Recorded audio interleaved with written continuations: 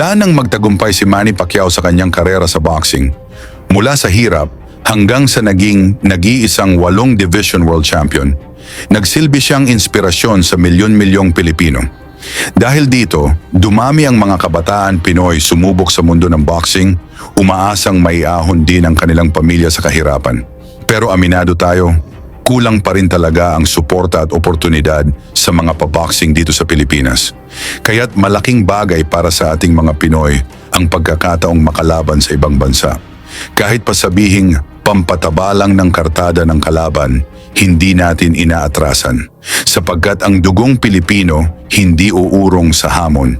Isa sa mga matapang na mandirigmang ito ay si Christian Abila, ang pambato ng mga Bicolano. Bagamat manipis ang pangangatawan, matibay at matigas naman ang puso't panga. Naimbitahan siyang lumaban sa Macau, China, kontra sa undefeated prospect ng mga insect na si Li Leishan, ang kanilang future world champion na maraming beses na nag-champion sa amateur bago pinasok ang pro boxing. Kung saan ang huling 2 kalaban nito ay tinapos lang niya sa unang round. Kaya't mataas ang hype, future superstar daw ng China. At si Abila, ipalapa lang daw sa kanilang bagong halimaw. Pagbukas pa lang ng unang round, sunod-sunod na ang solidong suntok ng Chinese na sila Shan na naka-blue trunks. Pero hindi natinag si Abila.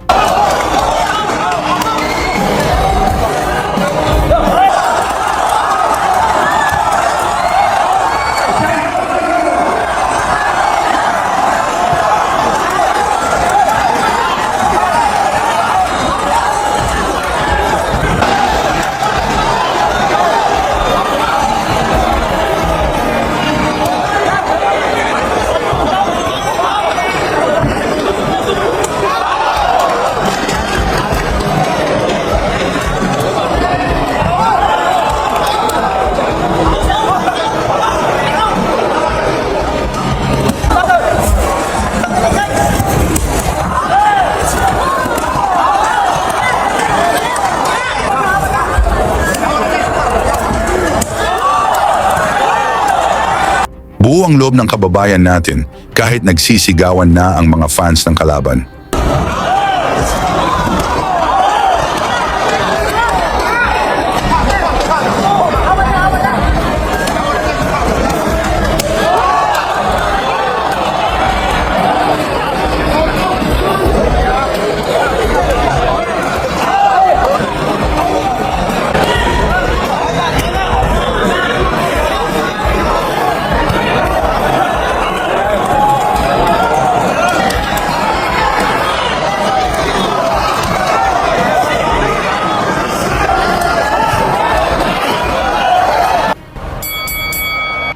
Sa ikalawang round, lalong dumikit ang laban. Bagamat marami pa ring suntok ang tumatama mula sa Chinese fighter, pinakita ni Abila ang kanyang tibay. Para bang lastic man kung umabsorb ng mga tira.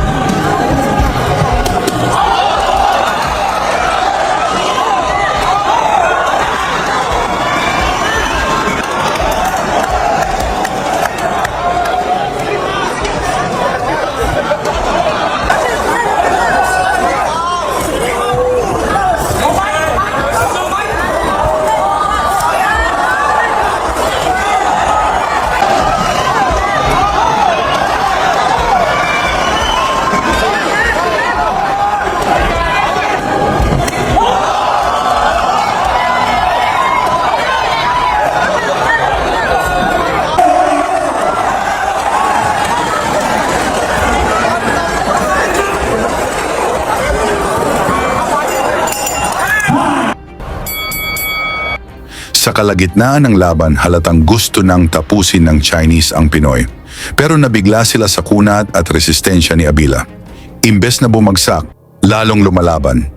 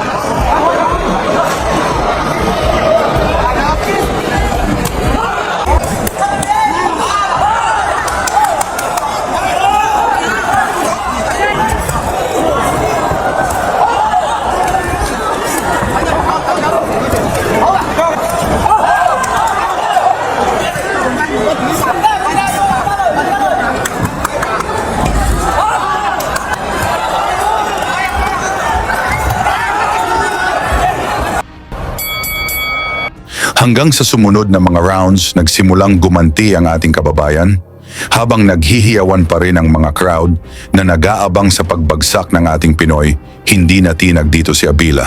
At matapos ang napakainit na laban, mga tol,